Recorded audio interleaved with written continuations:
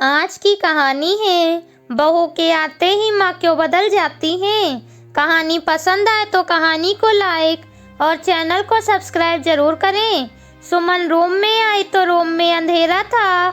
उसने लाइट जलाई और रूम में एक नजर डाली तो देखा सारा सामान इधर उधर बिखरा पड़ा है। वह काफी थक चुकी थी और अब सो जाना चाहती थी। तभी उसकी नजर बेड पर कंबल ओढ़े लेटी हुई सास पर पड़ी। अरे अम्मा जी, आप यहाँ लेटी हैं? अम्मा जी ने कहा। वो बच्चे हाल में शोर कर रहे थे, ऐसे में मुझे वहाँ कैसे नींद आती, इसीलिए तेरे रूम में चली आई। चलो अच्छा किया यहाँ आ गई। वैसे भी सारे रिश्तेदारों के सोने की व्यवस्था ऊपर ही कर दी है, मैं तो वैसे भी अकेले सोती, कहकर सुमन अपने सोने के लिए जगह बनाने लगी। अम्मा ने मुस्कुराते हुए कहा, सुमन बहू, आखिरकार अब तुम भी सास बन गई। ये सुन सुमन का चेहरा खिल उठा। हाँ अम्मा, इसका मुझे कब से इंतजार था। अम्मा बोली, बहू तुम्हारा भविष्य मुझे खतरे में नजर आ रहा है। यह सुन सुमन बोली, क्यों अम्मा, शुभ शुभ बोला करो, या क्या बोल रही हो? ऐसा इसलिए बोल रही हूँ क्योंकि मैं देख रही हूँ जब से मेरे पोते की पत्नी पूजा आई है, तुम भी मेरी तरह ही बन रही हो। क्या मतलब अम्मा जी, मैं समझी नहीं। क्या कर रही हो तुम? जरा सा भी ध्यान दिया तुमने अपने व्यवहार पर?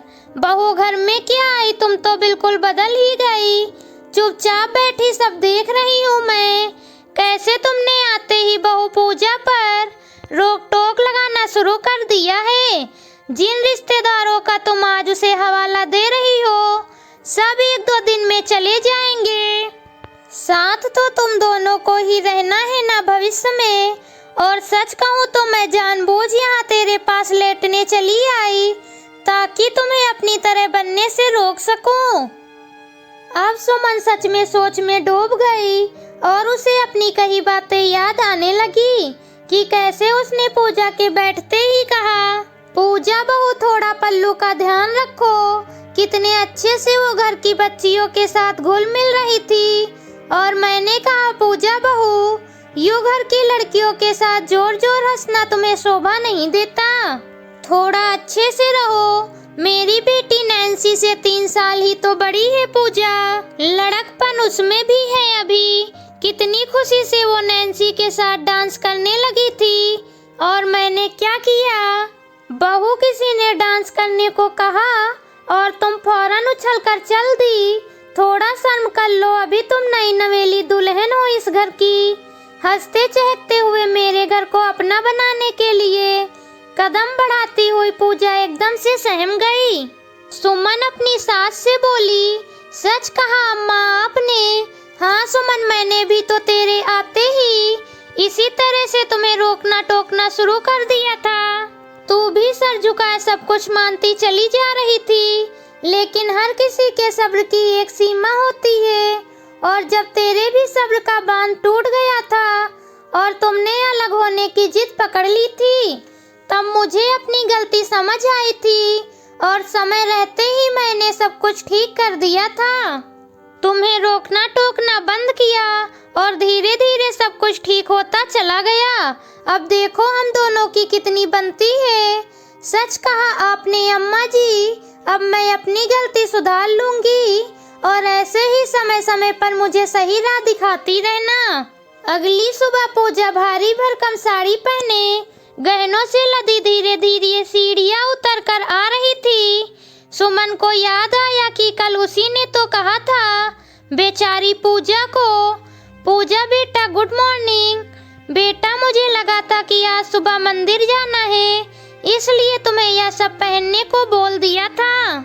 जाओ चेंज करके आ जाओ, घर में पहनने लायक कुछ हल्का फुल्का पहन लो जो तुम्हें पसंद हो। पूजा चली गई चेंज करने। यहाँ सुमन ने सुकून की सांस ली कि पहला कदम तो बढ़ा दिया है मैंने। मैं पहले के जमाने की हिटलर सास नहीं बनूंगी, मैं पूजा की माँ बनकर दिखाऊंगी। सुमन मन ही मन सोच रही थी। खाने वाली मेड आ गई थी, तभी पूजा आई। मम्मी जी मैं आ गई, क्या करना है मुझे बताइए। तुम मुझे मम्मी बोल रही हो तो तुम भी मेरी बेटी नैन्सी जैसी ही हुई। जाओ नैन्सी बाहर गार्डन में है, बुला लाओ उसे, फिर दोनों मिलकर काम करना। पूजा मुस्कुराते हुए नैन्सी को बुलाने चली गई। कल पूजा का चेहरा सुमन के बदले हुए व्यवहार से जो दुखी था, आज वापस उसके चेहरे पर रौनक लौट रही थी। 15 दिन हो चुके थे, सारे रिश्तेदार अब जा चुके थे। नैन्सी और पूजा की खिलखिलाहट से घर गूंज रहा था। अब सास बहू के बीच के रिश्ते माँ बेटी के रिश्ते बन चुके थे। पूजा मम्मी जी से मम्मा पर आ गई तो सुमन भी माँ बनकर प्यार बरसा रही थी। सुमन समझ गई कि प्रेम की ताली दोनों हाथों से बजेगी। केवल पूजा को बदलने से कुछ नहीं होगा, उसे खुद भी अपने व्यवहार को बदलना होगा। अब पूरा परिवार साथ में खुशी खुशी रहने लगा। कहानी पसंद आई हो तो कहानी को लाइक और चैनल को सब्सक्राइब जरूर करें। मिलती हूँ आपसे अगली कहानी के साथ।